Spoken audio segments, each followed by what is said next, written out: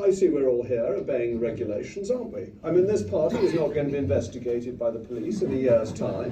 You are all very carefully socially distanced. We've moved, I'm pleased to tell you, from the metric back to the imperial system. I know you were at least 2 inches of regulation, which is, as I understand it, what the regulations require during the social distancing period. But the great thing, the best thing about the state doing things, and doing them for an extended period, is you realise how much we need freedom and how much we need the free market and the private sector.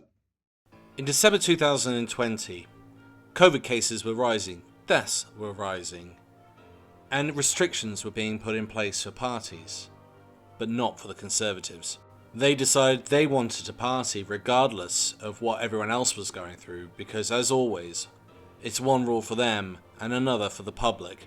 And while the public locked down, while the public had to avoid funerals, while the public had to avoid meeting people even though they were dying, like this. It's a terrible time for people. I feel sorry for people during this period. It's unfair, but unfortunately this is the situation we're in. I'm finding that people are putting more into coffins. They want to put letters, cards, keepsakes, more sentimental things, because they can't give people the traditional send-off that they want. They can't have the same numbers, they can't sometimes have viewings, so people are definitely putting more into coffins to, I think, give themselves a bit more peace. The Conservatives were having a party. A party that we paid for their food, for their drink, to have fun with, while the rest of us suffered, sat alone, and for some children went hungry.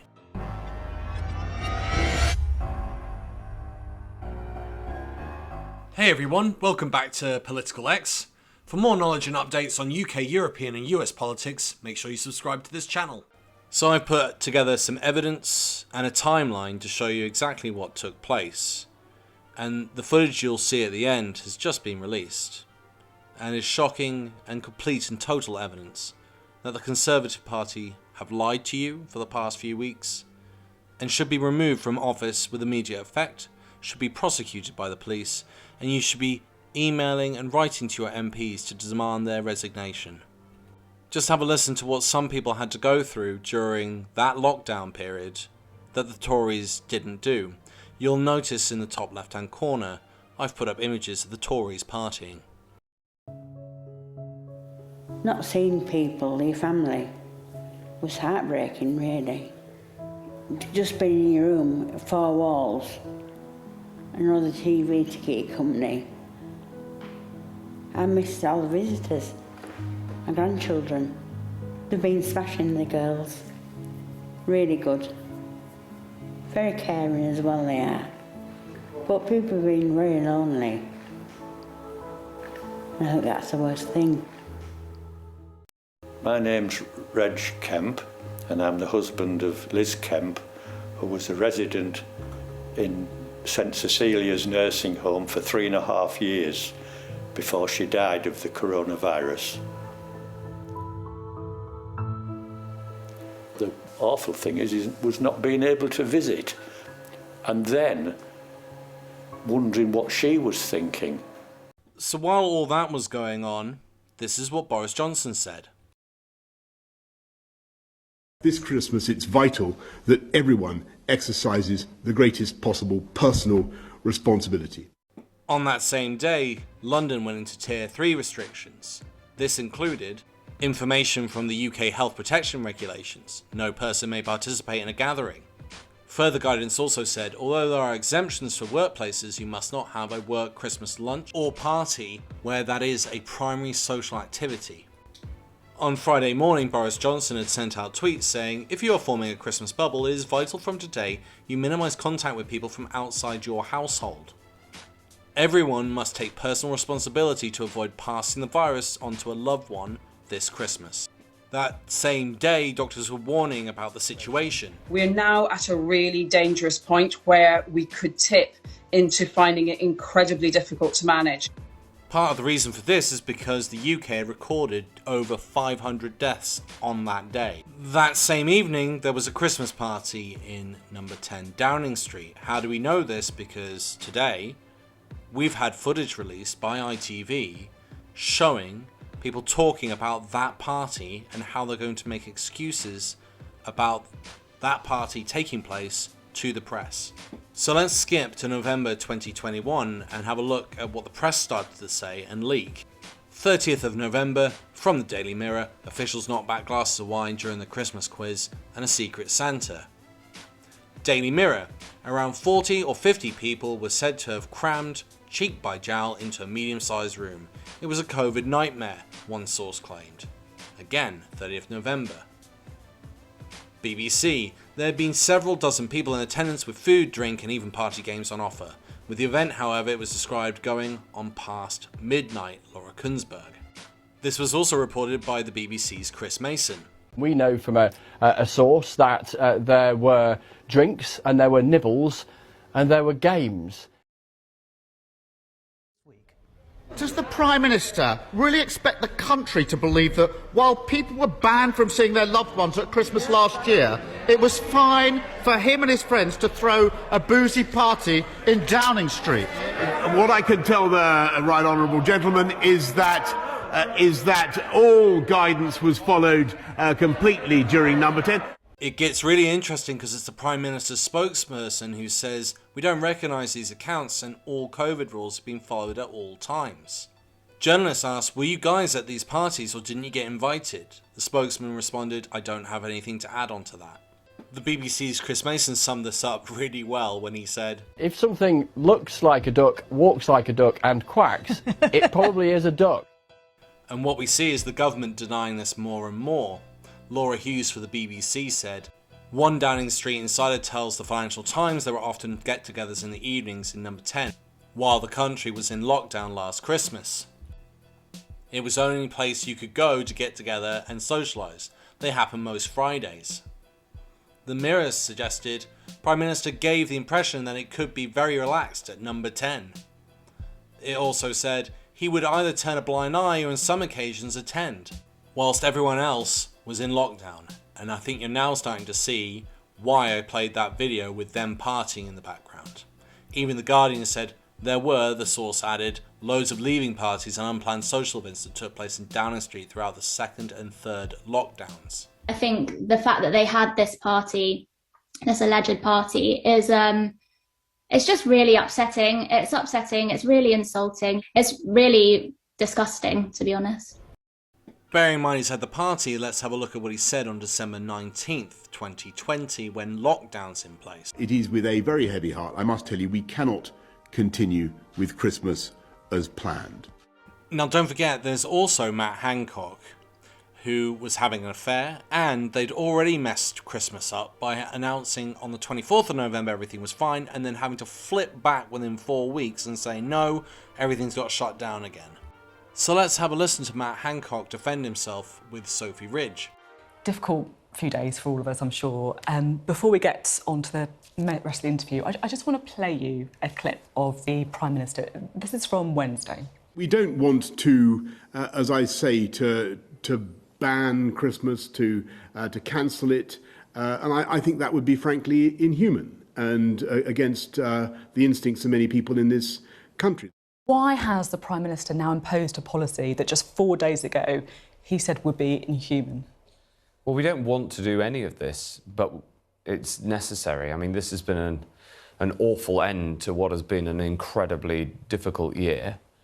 And on Friday, when we were presented with that new scientific evidence about the new variant, it was our duty to act. And you know, from being presented on Friday afternoon with just the strength of how easy this new variant finds it to transmit from one human to another, we acted very quickly and decisively. Everybody watching will feel this sense that we both feel of disappointment and that it's just so difficult ahead of Christmas, which everybody was really looking forward to after all of the sacrifices that have been made.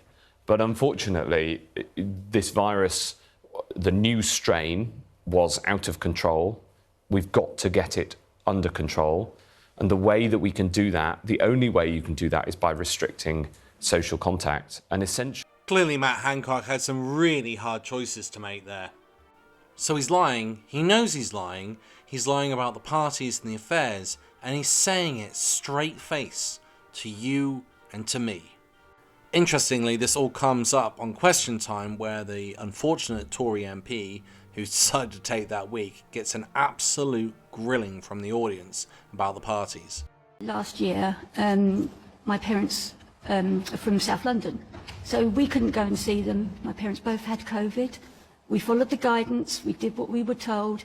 I'm stuck in Weston-super-Mare. Mum and Dad are at home in South Norwood, and then you hear they're having Christmas parties while we are suffering. It makes me sick. It really does. It makes me really upset. Well, I respect that people have put up with a lot over the last 20 months. Yeah, some more than others. In this case, he was getting away with having an affair inside 10 Downing Street, having sex with her in 10 Downing Street, and the rest of you were all having a party, while the rest of us were having to suffer and obey the rules.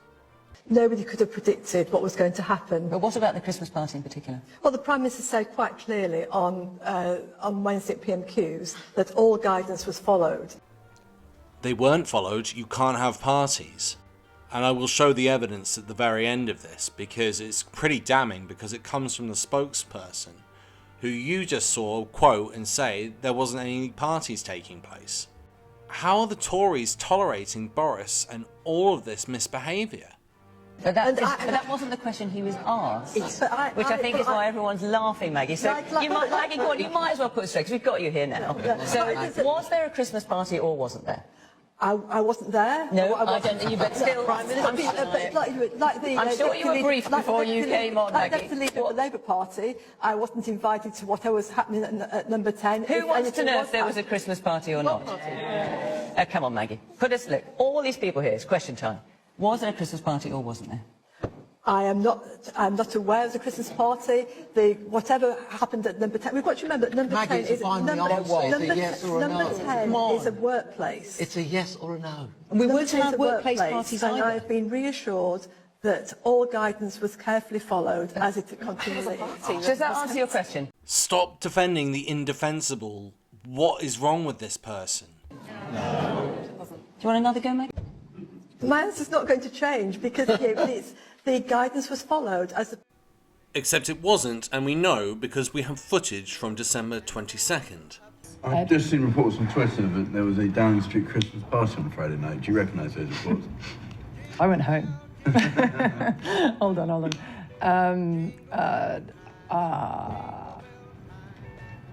Would the Prime Minister condone having a Christmas party?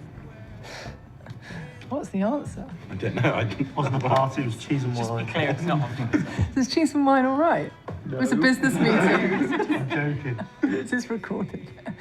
This fictional party was a business meeting.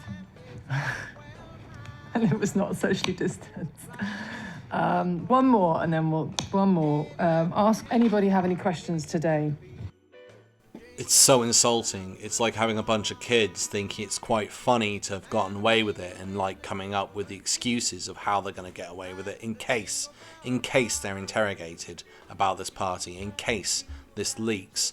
They're ready and prepped to come up with responses. And you saw the spokesperson's responses to this party earlier. Full on denial, and yet they're talking about how they're going to cover up the party. Let's go back to Maggie, the MP for the Tory party, who is going to admit there was an event. But that must mean that there wasn't a party then, because the guidance was no Christmas party. There was a party.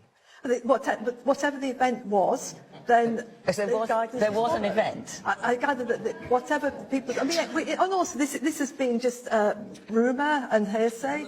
And the Prime Minister was quite clear that all guidance was followed. How can you say it was a rumour? Who would be making this up? I think what I'm saying is a rumour that guidance was broken. The guidance was followed. But there can't be no party if guidance was followed. Because there shouldn't have been no party. And I'm afraid that your Prime Minister have just got you all in a little bubble, so you have to say what you think he wants you to say. I would shake that lady's hand. Absolutely. They're just towing the party line. This has to be the most corrupt party in the history of England and of Britain. I've never witnessed such nasty, vile pieces of work inside government who are literally plotting how to get away with breaking the law. I really hope the London Met and other police forces start to investigate all of these people. I'd love to know what your thoughts were on all of this. Is this finally the thing that's going to bring down the Tory party, or is it just going to be another thing to throw at Teflon? Tory Teflon. On that note, thank you to all my patrons. It really does help keep this channel running. I cannot thank you enough. And if you'd like to become a patron, you can sign up in the description below and it'll cost you as little as a coffee a month. I hope you enjoyed my political observations this week. If you'd like to support me, please share the video with others and post about it on social media. If you're keen for more, subscribe, comment, like, and hit that notification button. Thanks for listening, and see you next time on Political X.